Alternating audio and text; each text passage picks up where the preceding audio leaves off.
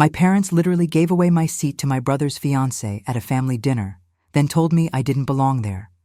I was heading for the door when my grandmother dropped the biggest bombshell of my life.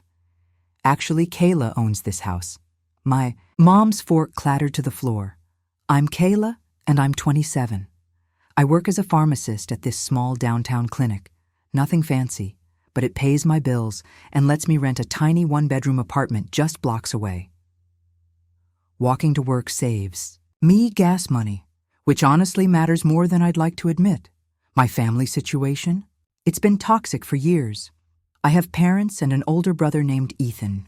He's 31, works at some prestigious investment firm, and makes serious money.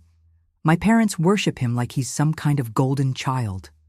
Always have, but it got so much worse after college. See, Ethan landed this banking job right after graduation, moved into this sleek downtown condo, started dating Priya from what my parents call an influential family.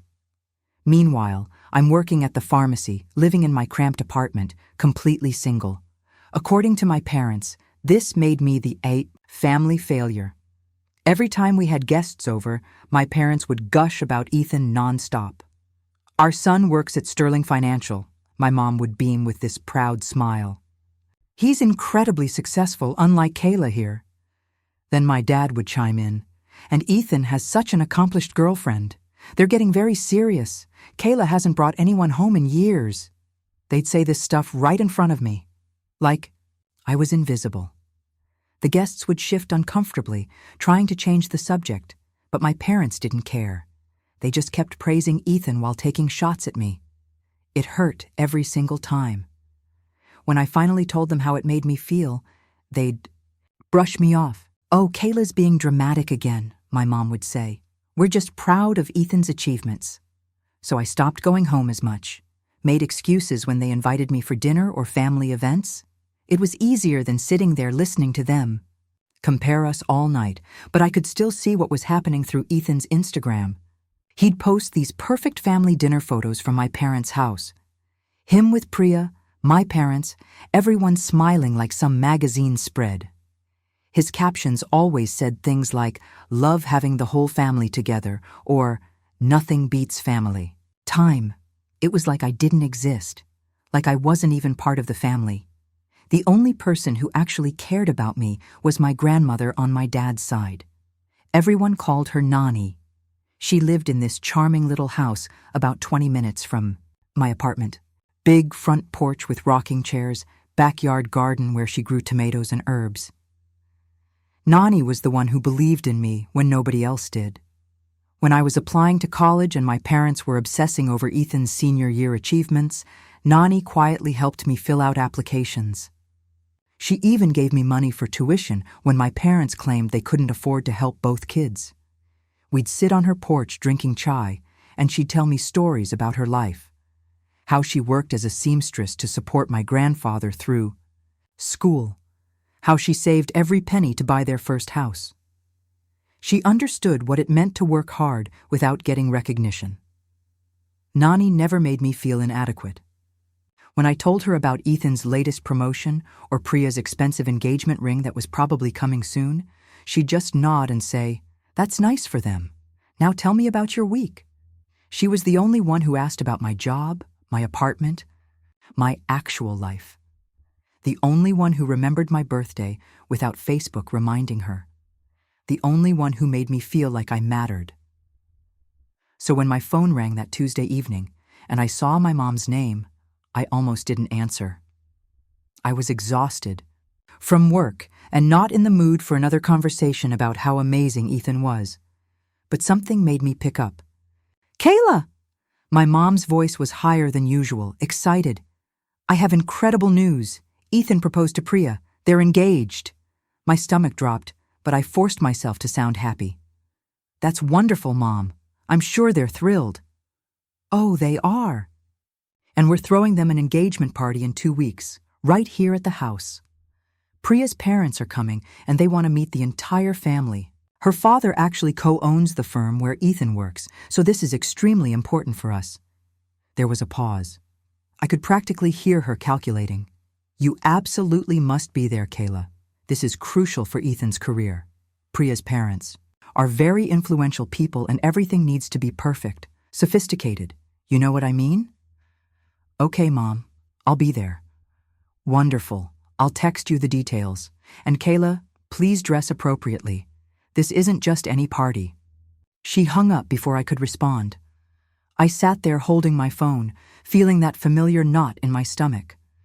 Even when they needed me there, it wasn't really about me. It was about making Ethan look good, about impressing his future in-laws. For the next week and a half, I went back and forth about whether to actually go. Part of me wanted to make up an excuse and skip it entirely. But despite everything, I did love Ethan.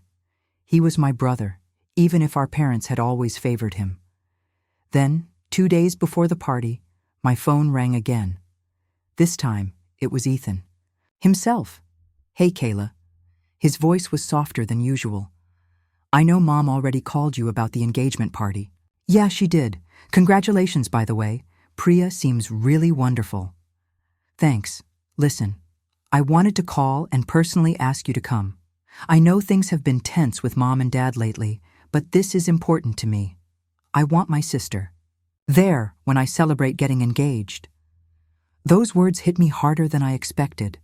When was the last time he'd called me his sister in front of anyone? Of course I'll be there, Ethan. I already told Mom I would. Thanks, Kayla. It really means a lot. After we hung up, I felt better about going. Maybe this could be a turning point for our family. Maybe having Ethan's in-laws there would make my parents act more normal. Maybe I could just enjoy celebrating my brother's happiness. The day of the engagement party finally arrived. I spent way too much time picking out an outfit, settling on a navy blue dress that was elegant but not too flashy. I didn't want to upstage Priya, but I also didn't want my mom making comments about how I looked. I drove to my parents' house around 5 in the evening. Walking up to the front door, I could hear voices and laughter coming from inside. My stomach was doing flips. I took a deep breath and knocked. My dad opened the door with this huge smile that looked slightly forced. Kayla, there you are. Come in, come in. The living room was packed with people. I recognized some relatives, but there were several couples I'd never seen before. These had to be Priya's family and friends. Everyone was dressed up, holding wine, glasses, talking in that polite party voice people use. I spotted Ethan across the room with Priya. She was wearing this beautiful cream-colored dress, her engagement ring prominently displayed as she gestured while talking. Ethan looked happy and relaxed in a way I hadn't seen in years. Before I could make my way over to congratulate them, my mom appeared at my elbow. Perfect timing, she said, grabbing my arm. Come meet Priya's parents right now.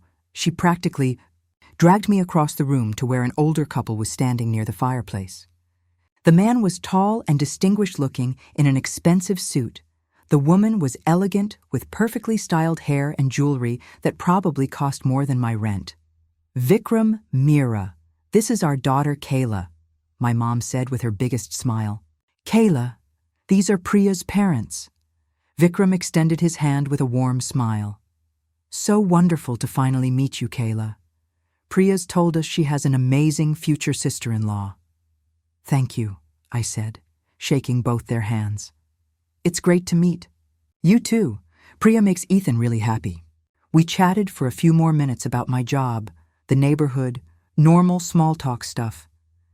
They seemed genuinely nice and interested in what I had to say.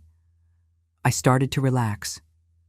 Out of the corner of my eye, I spotted Nani sitting in her usual chair by the window. She was wearing her best dress, a dark green one she saved for special occasions, and had her hair done up nice. She caught my eye and gave me a little wave and a wink. I excused myself from Priya's parents and walked over to her. There's my girl, Nani said, reaching up to hug me. You look beautiful. Thanks, Nani. You look pretty amazing yourself. I wanted to sit and chat with Nani longer, but I figured I should make the rounds and say hi to everyone else first. I was just about to get up when I felt my mom's hand on my shoulder. Kayla, she whispered urgently in my ear, I need you to do something. For me, what? I need you to leave. Now, tell everyone you have some urgent business to take care of and go. I stared at her. What are you talking about? I just got here. Please just do this. Make up an excuse and leave quietly. I felt like I'd been slapped. Mom, why would you want me to leave? The party hasn't even really started yet. Before she could answer, Nani's voice cut through our whispered conversation. Kayla, dear, where are you going? You just got here. The party's barely begun. My mom's face went red. Oh, she just remembered she has something important to take care of. Nani looked at me with raised eyebrows. What could be more important than your brother's engagement party? I didn't know what to say. My mom was looking at me desperately, but I had no idea why she wanted me gone so badly. Actually, Nani, I don't have anywhere to go, I said finally. I'm staying.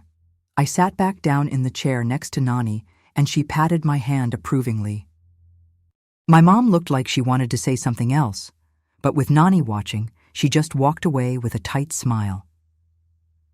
A few minutes later, my dad announced that dinner was ready. Everyone started moving toward the dining room, which had been decorated, with flowers and fancy place cards.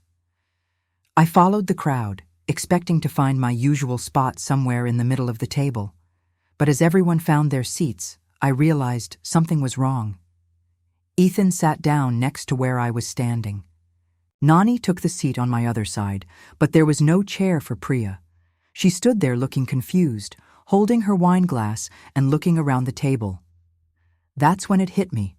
My mom had been trying to get me to leave because they'd planned this whole thing without a seat for me. They'd invited me just to show me off to Priya's parents, then expected me to disappear so Priya could sit with her fiancé. My mom rushed over to me, trying to keep her voice low so the other guests wouldn't. Here. Kayla, there seems to be a seating issue. Would you mind stepping out? We need to make room for Priya. The whole table went quiet. Everyone was pretending not to listen, but they obviously were. I looked at Ethan. He wouldn't meet my eyes, but he leaned over and whispered, "Please don't make a scene. Just go." I felt my face burning with embarrassment and anger. All these people watching. Priya standing there awkwardly. My parents acting like I was some unexpected guest who'd crashed their party. I didn't make a scene. I picked up my purse from where I'd hung it on my chair and stood up. "Of course," I said quietly. "I understand." Priya immediately slid into my seat, and the conversation around the table started up again, like nothing had happened. I headed toward the front door, my chest tight and my eyes starting to burn with tears I was determined not to shed in front of everyone. But then Nani's voice stopped me cold. "Kayla, where are you going? Sit back down." Her voice was loud enough for everyone to hear, and the dining room went quiet again. I turned around. My parents looked panicked. My dad tried to smooth things over. "Nani, it's fine. Kayla understands. There was just a mix-up with the seating." "A mix-up?" Nani's voice got louder. "You invite your daughter to her brother's engagement party and then try to kick her out so someone else can sit at the table? That's not a mix-up. That's deliberate." My mom was turning red. "Mother, please. We're trying to have a nice dinner for Ethan and Priya. Then you should have planned for your whole family to be here." Priya looked like she wanted to disappear into the floor. Her parents were exchanging glances, clearly uncomfortable with the family drama unfolding in front of them. I was still standing by the door, frozen. Part of me wanted to just leave and avoid this whole scene, but another part of me was fascinated, watching my grandmother defend me in a way my parents never had. "The truth is," Nani continued, looking directly at my parents, "Kayla has more right to be in this house than anyone else at this table." My dad frowned. "Nani, what are you talking about?" Nani smiled, but it wasn't a friendly smile. It was the smile she got when she was about to say something that would shock everyone. "I'm talking about the fact that this house is mine. It's always been mine. I've just let you live here rent-free for the past 30 years because my son and I wanted to help you get established." My dad looked confused. "But Nani, we always knew it was your house. We just assumed that when the time came, you'd leave it to us." "Well, you assumed wrong," Nani said calmly. Everyone was staring at Nani like she'd grown a second head. I certainly was. I had no idea about any of this. "But here's the really interesting part," Nani continued, still smiling that scary smile. "Last month, I transferred ownership of this house to someone else." She paused and looked right at me. "I transferred it to Kayla. She's the legal owner of this house now. All the paperwork is filed and recorded." I felt like someone had dumped a bucket of ice water over my head. "What?" My parents looked like they were about to pass out. My dad started coughing and grabbed his water glass. My mom's face went completely white. "You can't do this to us," my dad said when he could finally speak. Nani shrugged. "I already did it. The deed is in Kayla's name as of 3 weeks ago." She turned to look at me, and her expression softened. "I've been thinking about this for months, sweetheart. You're the only one in this family who's never asked me for anything. You're the only one who visits me just because you want to spend time with me, not because you need something. And after watching how your parents have treated you over the years, I decided it was time to do something about it." I was still standing there with my mouth open. This couldn't be real. "So now," Nani said, turning back to my parents, "instead of deciding whether Kayla gets to stay at this party, maybe you should be thinking about whether you want to discuss rent payments with your new landlord." The entire table erupted. Priya's parents looked completely shocked. Ethan was staring back and forth between me and Nani like he was watching a tennis match. My relatives were whispering to each other. My mom suddenly jumped up from her chair. "Kayla, get back here right now. Sit down at this table." She was pointing at me like I was a disobedient child.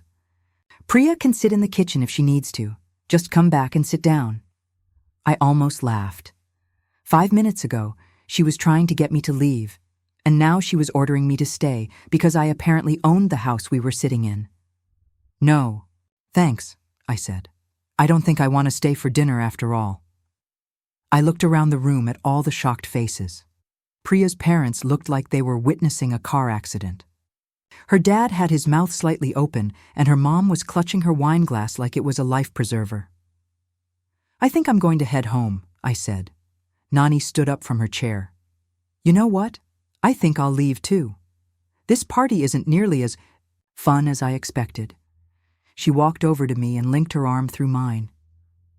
"Thomas, Linda," she said to my parents, "thank you for a lovely evening. I'm sure you have a lot to think about." We walked toward the front door together. I could hear my parents calling after us, but we didn't stop. Once we got outside, I finally found my voice. "Nani, did you really give me a house?" She chuckled. "I sure did. It seemed like the right time to shake things up a bit." "But why didn't you tell me?" "Because I wanted to see how tonight played out first. I had a feeling your parents might pull something like this. They've been treating you like you don't matter for too long." I started crying then. Not sad crying, but overwhelmed crying. Happy crying. I hugged her tight. "Thank you," I whispered. "You don't need to thank me, honey. You deserve a family that appreciates you. If your parents can't figure that out, maybe being your tenants will help them learn." I drove Nani back to her house, and she went inside and came back out with a manila envelope. "Here's your copy of all the paperwork," she said, handing it to me through the car window. "Everything's legal and official. The house is yours." I looked down at the envelope, still not quite believing this was real. What am I supposed to do now? "Whatever you think is right. It's your house now. Your decision." I drove back to my apartment in a daze. My phone had been buzzing the whole time, but I ignored it. When I finally got home and looked at my phone, I had 17 missed calls and about 30 text messages, all from my parents. "Kayla, call us back right now. We need to talk about this. Please call us. We're sorry about tonight. This is all a big misunderstanding." I turned my phone off and opened the envelope Nani had given me. There it was in black and white, the deed to my parents' house with my name on it as the legal owner. I didn't sleep much that night.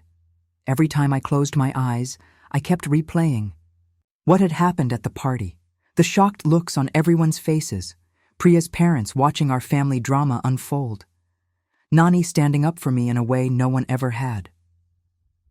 Around 7 in the morning, someone started pounding on my apartment door. Looked through the peephole and saw both my parents standing there, looking frantic. I opened the door and they pushed past me into my living room. "Kayla, we need to talk," my mom said immediately. "There was a terrible misunderstanding last night." "A misunderstanding about what?" My dad jumped in. "About the seating arrangement. We weren't trying to exclude you. We just miscounted the chairs." I stared at them. "You miscounted? Really? That's your explanation?" "It was an honest mistake," my mom said. "We would never intentionally leave you out of a family gathering." "Right. Just like you never intentionally talk about how successful Ethan is while pointing out how I'm not dating anyone." They both looked uncomfortable. "Kayla, we're sorry if we've ever made you feel unappreciated," my dad said. "That was never our intention. You're our daughter and we love you. Funny how you only realized that after you found out I own your house." My mom's face got red. "That's not fair. Your grandmother had no right to do what she did. That house should stay in the immediate family. I am immediate family. I'm your daughter. Remember?" "You know what we mean," my dad said. "Your mother and I have lived in that house for 30 years. We raised you kids there. It's our home." It was Nani's home first, and now it's mine. I walked over to my kitchen counter where I'd left the envelope from Nani. I pulled out the deed and showed it to them. "See my name right there? Legal and official." They stared at the document like it might burst into flames. "I've been thinking about this all night, and I've made my decision." They both looked hopeful. "I'm going to rent the house out. You have 2 options. You can sign a lease and pay me $1,500 a month, or you can move out and I'll find other tenants." The hope drained from their faces. "$1,500? My dad said. "That's ridiculous. Actually, it's below market rate. I looked it up online this morning. Houses in your neighborhood are renting for at least $1,800.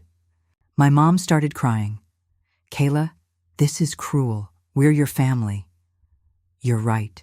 We are family. And for years, you've made it clear that I'm the less important part of this family. You've humiliated me in front of guests, excluded me from conversations, and last night you literally tried to kick me out of a party so Ethan's fiancé could have my seat." "We said we were sorry about that," my dad said.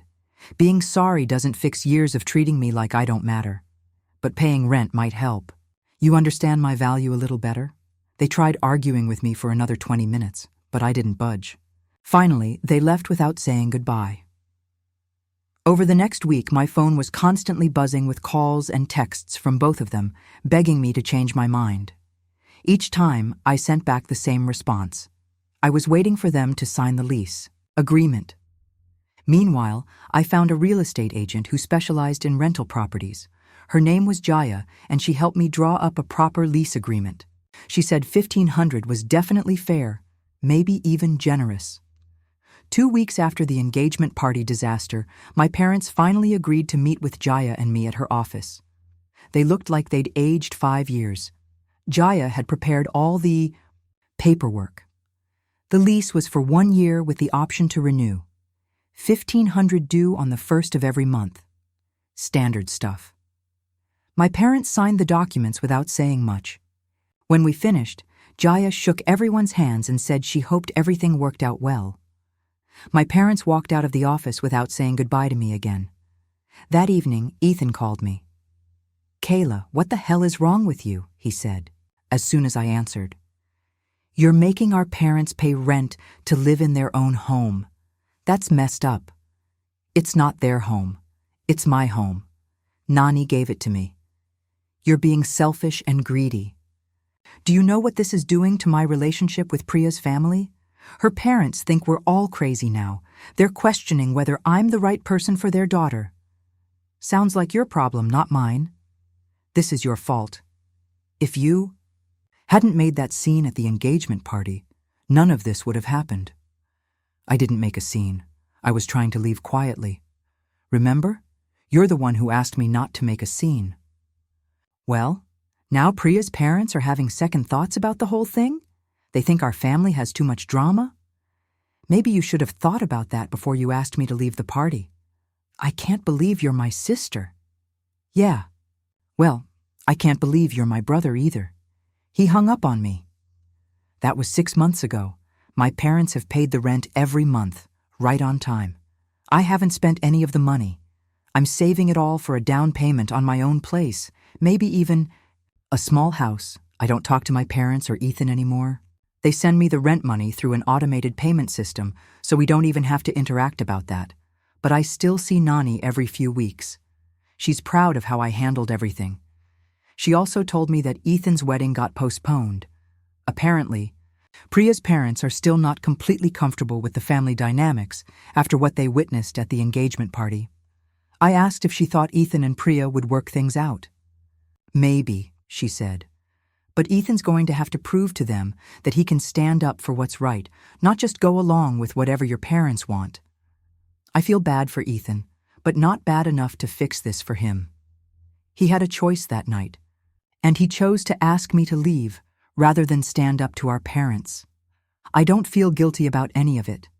For the first time in my life, I feel like I matter. I own a house. I have money and savings. I have a grandmother who loves me unconditionally. Most importantly, I learned that I don't need my parents' approval to be happy. I spent so many years trying to prove I was worth something to them, but it turns out I was worth something all along. Nani knew it. Now I know it too.